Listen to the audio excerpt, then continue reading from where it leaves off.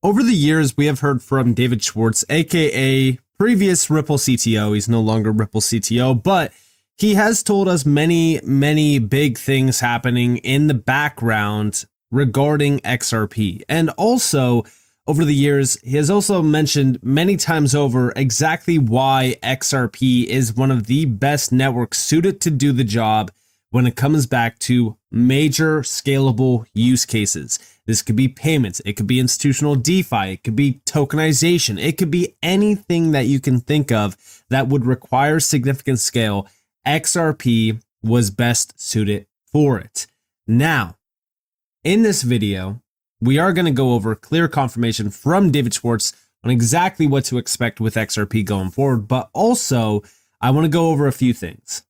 Let's start by going back to September, because back in September, we got a big update regarding Ripple advancing institutional DeFi with lending and privacy tools. Now, this article was written about this breakdown from Ripple's website, the next phase of institutional DeFi on the XRP ledger, credit, compliance, and confidentiality. Now, this was clear confirmation that Ripple is still heavily focused on institutional DeFi, because previous to this, we did get back in February the full roadmap of institutional DeFi on the XRP ledger. Now, if we are looking into this, we have the key highlights. So number one, XRP ledger has entered the top tier of institutional DeFi with over 1 billion plus in monthly stablecoin volume and top 10 RWA activity. Now, they do mention credentials and deep freeze and how they're now live. This is strong compliance for institutional players. They need these two things. Now, the next big thing here is, of course, the lending protocol. Now, that is still yet to be in place. That's going to happen most likely in 2026. And then ZKPs, that's to balance privacy, compliance, and scalability. So when we mix all of this stuff into place, well, the XRP ledger is emerging as the leading chain for institutional finance.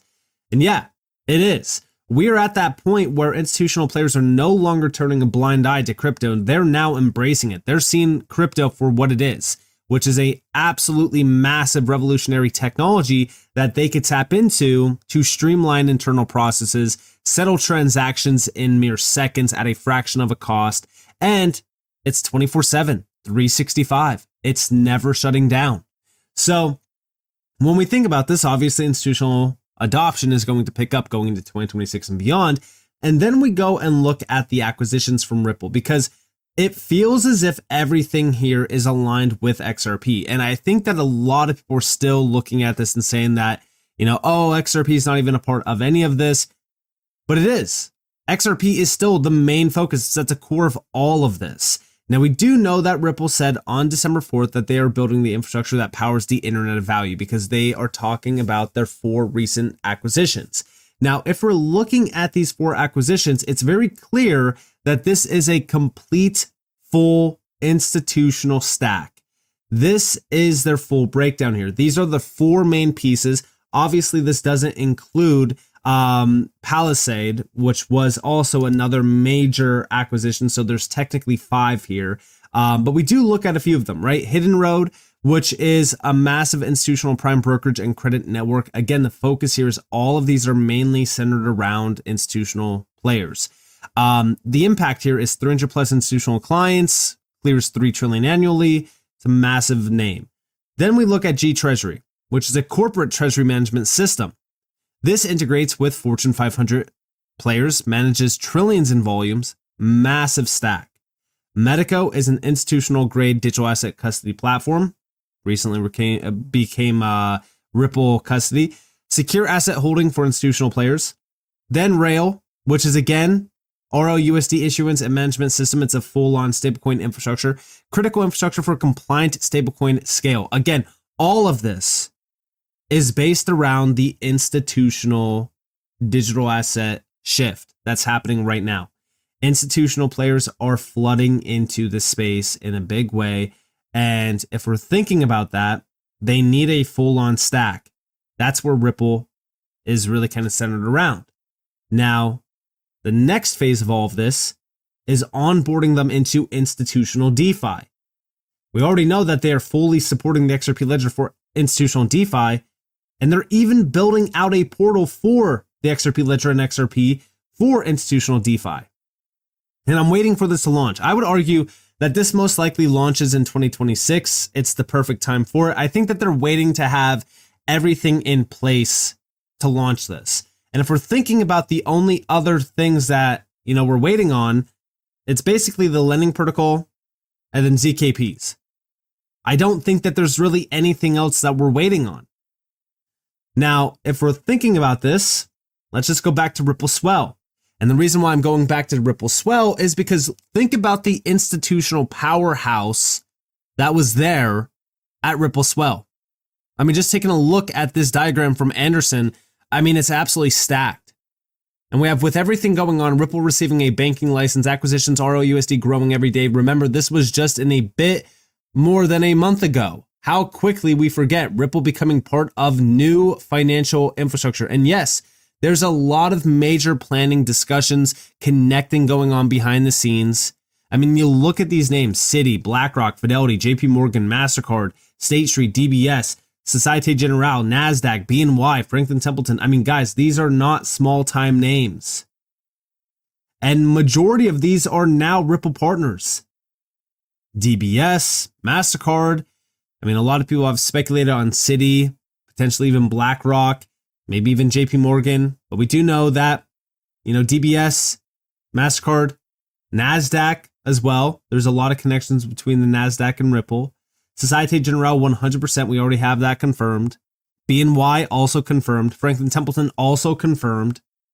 So if we're thinking about all of these names, it's pretty clear that they are becoming partners of Ripple. I would argue that we might have some additional big announcements in 2026 regarding some key institutional players becoming partners of Ripple. But yeah, Ripple is 100% becoming part of a new financial infrastructure. That infrastructure is based around digital assets. Now, we also got a big update from Ed Hennis, which, by the way, I'm pretty sure this is a full-on Ripple dev from what I've been looking at.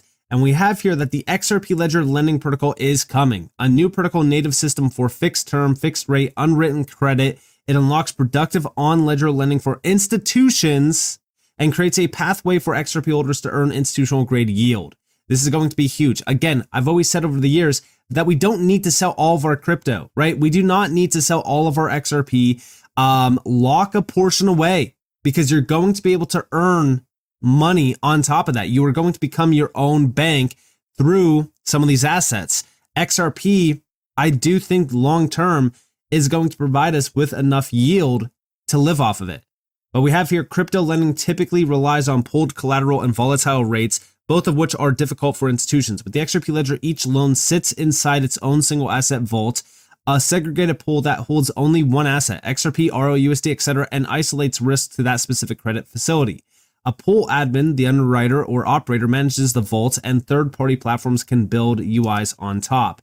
And here we have the pump, the pool, the lending protocol into the single asset vault, and then we also have the E2E lending protocol. This is the pool admin and loan broker. This is a liquidity pool with, of course, the SAV at the bottom. Use cases include market makers borrowing XRP and ROUSD for inventory and arbitrage, PSPs borrowing ROUSD to pre-fund instant merchant payouts, fintech lenders accessing short duration working capital, and notably XRP's $124 billion market cap can finally be lent into institutional credit facilities to generate real yield instead of sitting idle. Yeah, this is a game changer. The lending protocol is going to unlock so much value and so much utility for XRP. Now, let's talk about what David Schwartz recently said. So here we have from vet_x0, Evernorth XRP is an institutional participant in the XRP ecosystem, aiming to provide liquidity on the XRP ledger, running infrastructure, XRP validator, engage with yield protocols on XRP. Evernorth active participation to generate more XRP per share is a win-win for the ecosystem, in my opinion. Check this out. I think an interesting institutional add to the sort of XRP ecosystem specifically, not just the XRP ledger, but XRP specifically, is Evernorth, which is a digital asset treasury company based around XRP, backed by companies like SBI, Ripple, Pantera, Kraken. And they're actively managing XRP holdings through yield generation, capital market activity. They're raising funds primarily for open market XRP purchases as a real, institutional XRP treasury. And it's going to be interesting to see what yield generation strategies they can come up with, and how successful they can be doing that.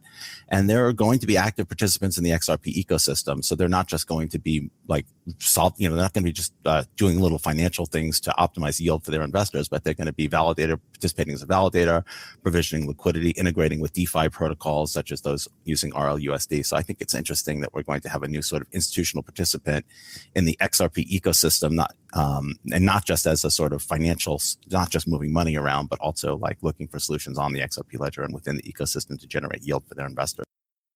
So there we have it. And again, when we think about what's happening here, we are witnessing the shift. We're witnessing the shift, and I think that this is where we start to really see the big picture unfold for XRP.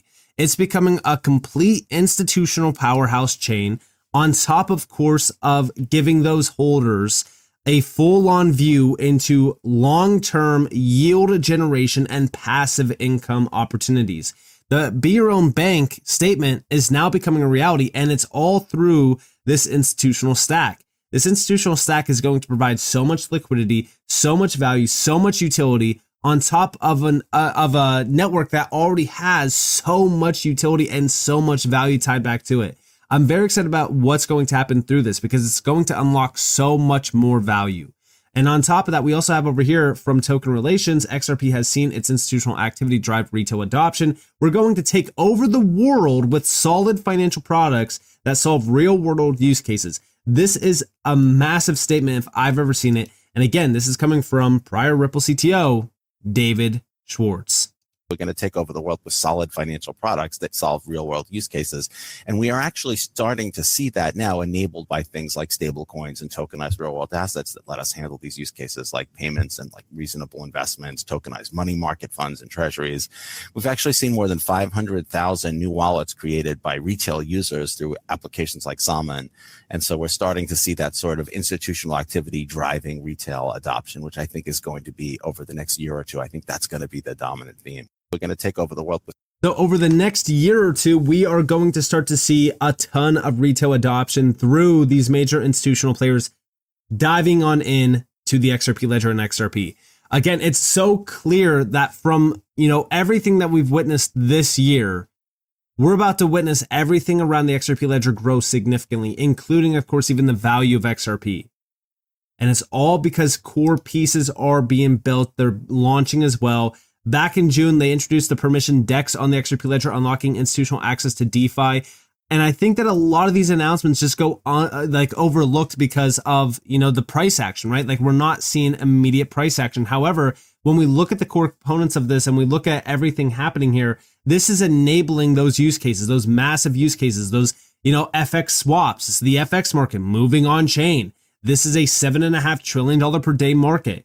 Then we also have the payroll payouts. We also have cross-border B2B payments, corporate treasury. I mean, these are massive stacked use cases that will bring so much value to the network, so much value to the ecosystem. And I think that everyone is overlooking this, or at least most individuals in this space are overlooking this because they want price action now, not later, now. And I think that this is a very bad way of looking at it because, listening to these video clips, it's very clear that the XRP ledger is becoming a completely different chain than what it was, say or so a year ago, or maybe even, just a couple months ago. Because again, every single time that we see a major upgrade like the permission DEX or the lending protocol or anything, it changes the entire network in a positive way to enable these types of use cases. These types of use cases are exactly what we want to see in the crypto space because this is building on top of that original, value point for crypto, which is changing the way that money moves around the world in a very efficient way, changing the way that, individuals get paid or even pay others. On top of that, it changes the treasury management side of things. It changes the capital, efficiencies around some of these use cases. Even, unlocking trapped capital. I mean, all of these things that we've talked about for years that crypto enables, we're starting to see the XRP ledger fully greenlight these types of use cases because of what's being built here. And I'm very excited to see what happens in 2026. I think that the institutional DeFi portal will most likely launch. We'll most likely see the lending protocol as well launch. And I think that, that's what we're waiting for. In order to see this actually fully launch, we're waiting for some of these core pieces to be in place. And then we're going to see this go live. 2026 could very well be that time frame. And the reason why I say that is because we just heard from David Schwartz saying like the next year or two, we're going to start to see that increased retail adoption. Yeah, this could be a big game changer for XRP. So with that being said, I hope that you guys enjoyed this video. If you guys did, definitely leave a like, subscribe, channel.